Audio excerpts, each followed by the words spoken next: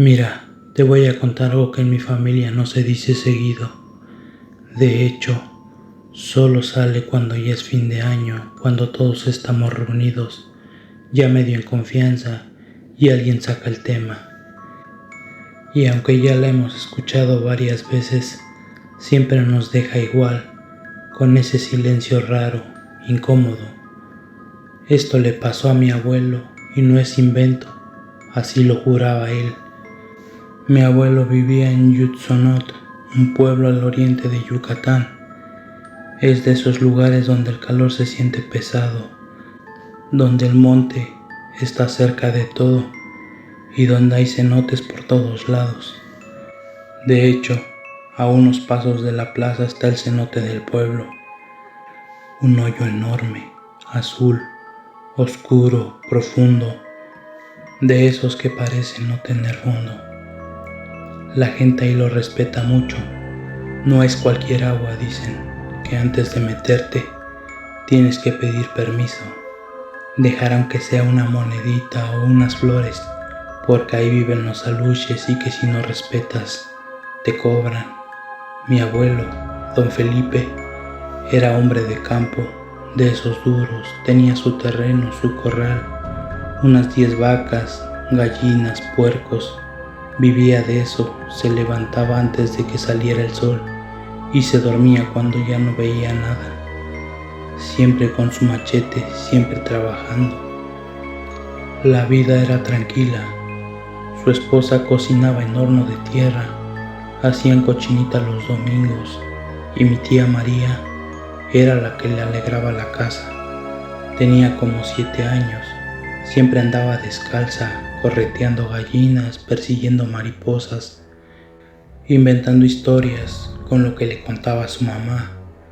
Pero todo se acabó en un solo día. Un día mi abuelo agarró la troca, una Ford viejita del 78 para ir al mercado. Se llevó a su esposa y a la niña. Era un viaje normal de esos que haces 1000 veces. Nunca regresaron igual. Un camión de carga lo chocó de frente, fuerte, sin frenar. Su esposa y la niña murieron ahí mismo. Mi abuelo sobrevivió.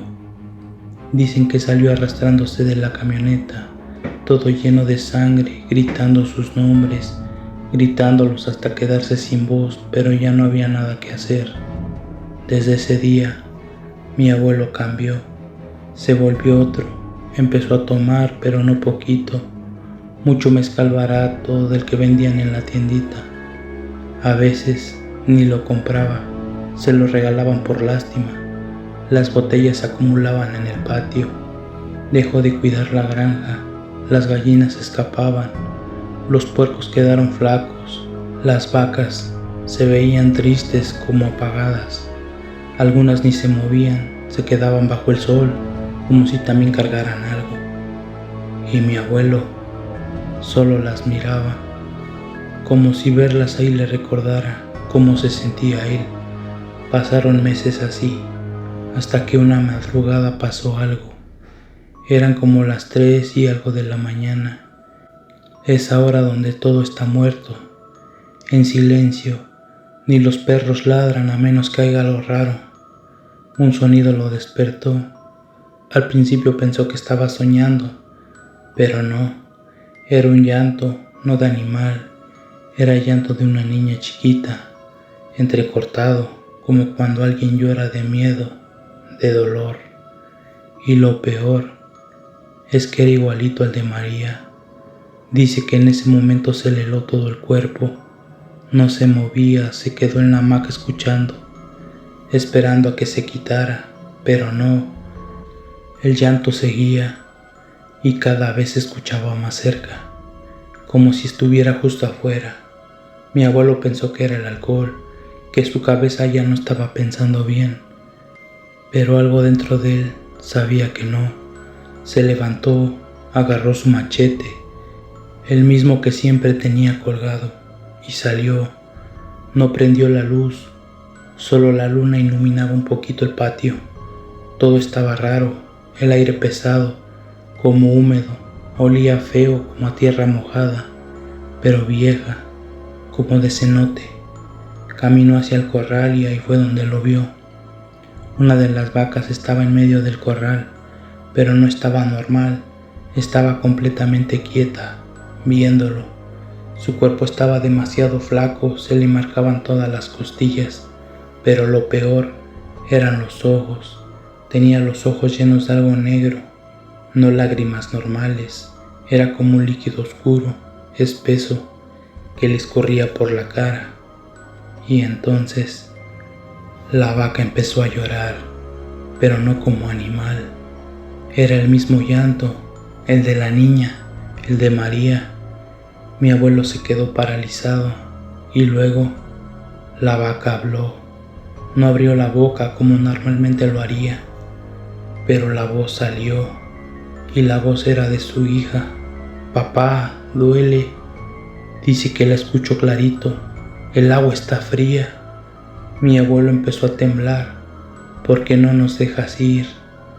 La vaca dio un paso, lento, como si le costara moverse. ¿Por qué nos jalas? Y en ese momento, el cuerpo de la vaca hizo algo que mi abuelo nunca pudo olvidar.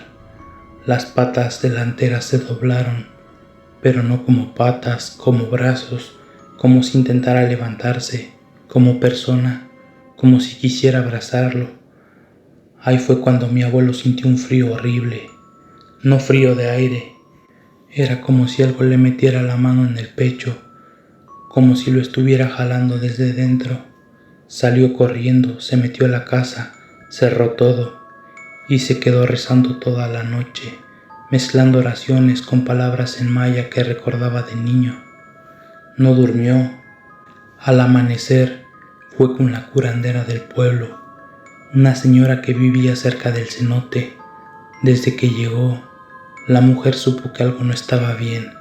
Quemó ruda, romero, albahaca. El humo llenó la casa, le hizo limpias y luego le dijo algo que se le quedó grabado. Tus muertos no están en paz. Le dijo que su dolor los estaba reteniendo, que no los estaba dejando ir, que estaban sufriendo y que por eso se le aparecían en lo que más quería, sus animales. Esa vaca no es la vaca, le dijo, es el reflejo de tu pena. Le dio instrucciones claras: rezar, hacer limpias, quemar copal en el corral, ir a la iglesia, dejar ofrendas y sobre todo soltar, porque si no, él también se iba a quedar atrapado. Mi abuelo desde ese día dejó de tomar, tiró todas las botellas, empezó a cuidar otra vez la granja, iba a misa diario y poco a poco todo volvió a la normalidad. La vaca dejó de comportarse raro, nunca volvió a llorar, nunca volvió a hablar, pero mi abuelo nunca volvió a ser el mismo. Años después rehizo su vida. La familia creció, pero esa historia nunca se le olvidó y siempre que la contaba, al final decía lo mismo: el dolor es una cadena, si no la rompes te arrastra. Mi abuelo murió en paz, pero hasta la fecha, cuando alguien va a ese pueblo, nadie pasa por ese corral de noche, porque dicen que a veces todavía se escucha llorar a una niña.